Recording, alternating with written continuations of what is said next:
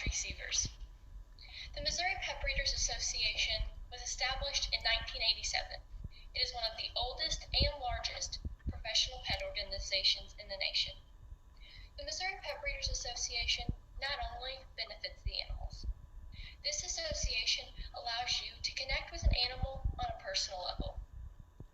That feeling of bringing an animal from the streets into a loving environment is indescribable. Now, we've all had experiences with an unfriendly animal. What if we could change that aggressive behavior with compassion and dedication? According to OneGreenPlanet.org, the United States alone has 70 million homeless animals. The story of my cat's journey from nothing to love might just make you think twice about your animals. June 18, 2019 was just another summer day, until I received a phone call from my dad saying that he just witnessed 2 innocent kittens being thrown from a moving car window. Little did I know that this horrible tragedy could bring me so much joy. Of course, my dad picked up the surviving kitten and brought him to me. When I first took a look at Thomas, I was questioning whether I could save him. He was so small. I was shocked he even survived the fall. After paying a visit to the vet and going to get formula, we decided that the little bundle of joy was only a day old. Since Thomas was so young, he required milk each hour, and since he was so small, he could only take it from a tiny syringe. About a week passed, and I knew he would have to transfer to a bottle soon. If you have any idea about bottle feeding cats and dogs, you know you must encourage them to use the restroom. Each day, it was a battle to feed him from a bottle and to potty him. Each hour, he needed more milk and to be pottied again. He was new to this world, and in a sense, so was I. I was exhausted and wanting to quit, but finally, we got our groove. He started to suck on that bottle like a champ. Most people hate cats with a passion. I considered myself one of those people until I really got to bond with Thomas. This cat didn't stand a chance of living past his first day, but with my help, he did. I soon developed a new catchphrase to describe this experience Thomas and I were going through as I grew him. Each day, we see people who aren't grateful for their animals, whether it's terrible breeding conditions, animals being abused, or thrown from car windows. We have to stand and be their voice.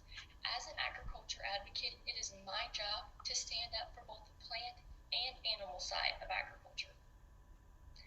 I knew from the beginning that Thomas was a fighter. If you know me, you know I'm highly allergic to cats, but that didn't stop me from saving one and being the voice of one. I quickly found that I needed to be pumped with allergy medicine on the daily.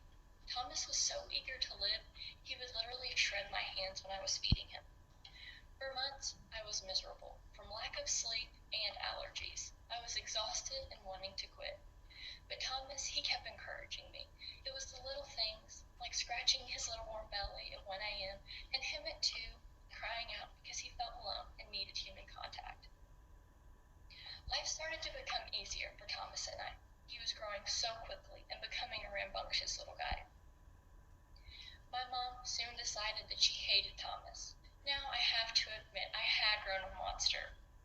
He became very aggressive. In fact, it was alarming. So of course, I decided to get him declawed to keep him from shredding the house to pieces. He spent a few days at the vet, everything was going great, until I noticed that he had chewed out his back claws on his own. Turns out that his aggressive behavior was a serious problem. He now has to be medicated each day. My family and I love to joke about this experience, but at the time, it was very serious. At this point, many thoughts were going through my head, like, is he suffering? Will he have a good quality of life while on this medication? As an animal parent, it is so hard to decide when enough is enough. I have worked at a vet clinic and seen what people do to animals, so I encourage you to be different and show compassion to everyone and everything. With the help of this organization, you can educate yourself in the pet field. I believe that each animal should be evaluated on an individual basis to decide when enough is enough. Over the summer, I had to put my Great Dane down due to eating disorders and aggressive behavior, so I know firsthand how hard it is calling the final shot. end to Thomas's adventure. As time went on, we figured out all of his health problems, and I rescued Jeffrey, who at the time was another homeless kitten.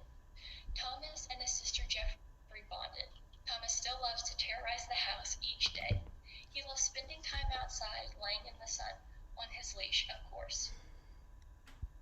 Without my help, he wouldn't be able to spend each day like this. Some people might say that his problems are from being thrown out of a car window. Others might say it's luck of the draw. But this is why it is so important to show each animal love and give them. All right. Okay. Some might say that his problems are from being thrown out of a moving car window.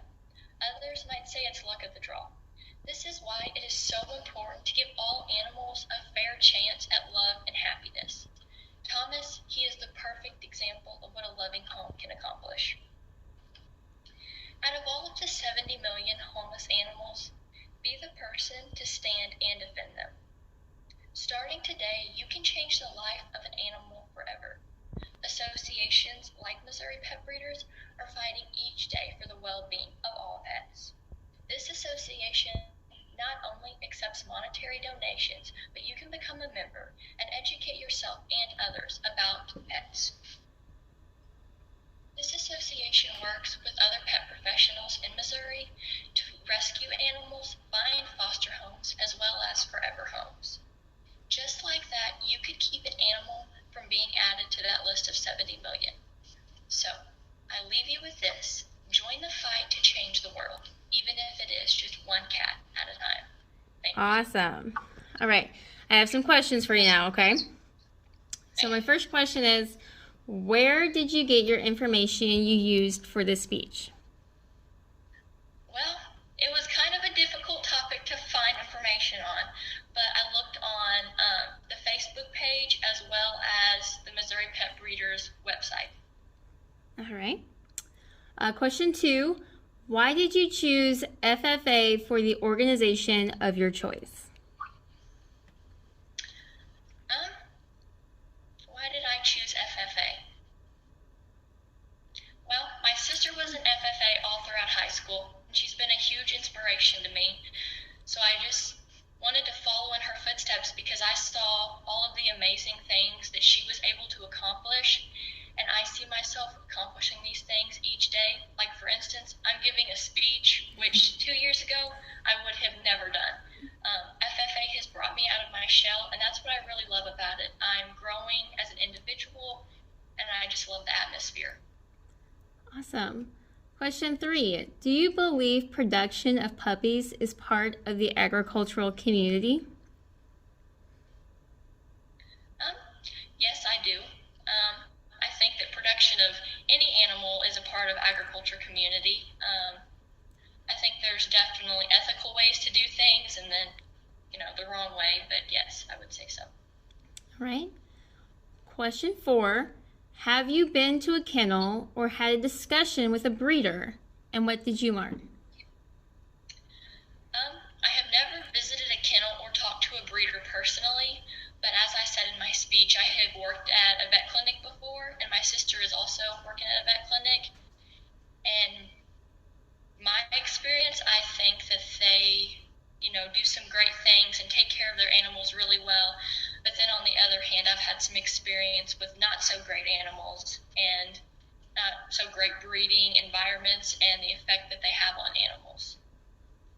All right, so last question. What are your plans after high school?